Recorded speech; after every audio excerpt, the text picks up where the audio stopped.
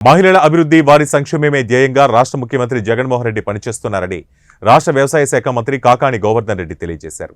పొట్టి శ్రీరాములు నెల్లూరు జిల్లా సర్వేపల్లి నియోజకవర్గ పరిధిలోని వెంకటాచలం గ్రామంలో మహిళలకు 353 గ్యాస్ కనెక్షన్లను మంత్రి పంపిణీ చేశారు. ఈ సందర్భంగా ఆయన మాట్లాడుతూ నియోజకవర్గంలో ఇప్పటి వరకు 27,000 మందికి ఉచిత గ్యాస్ కనెక్షన్లు అందించామని తెలిపారు. పేదల గడప వద్దకే సంక్షేమ పథకాలను అందిస్తున్న ఏకైక ముఖ్యమంత్రి వైఎస్ జగన్మోహన్ రెడ్డి అని కొనియాడారు. ఆయన ముఖ్యమంత్రిగా మరోసారి గెలిపిస్తే పేదలకు మరింత సేవ చేసే అవకాశం ఉంటుందని తెలియజేశారు.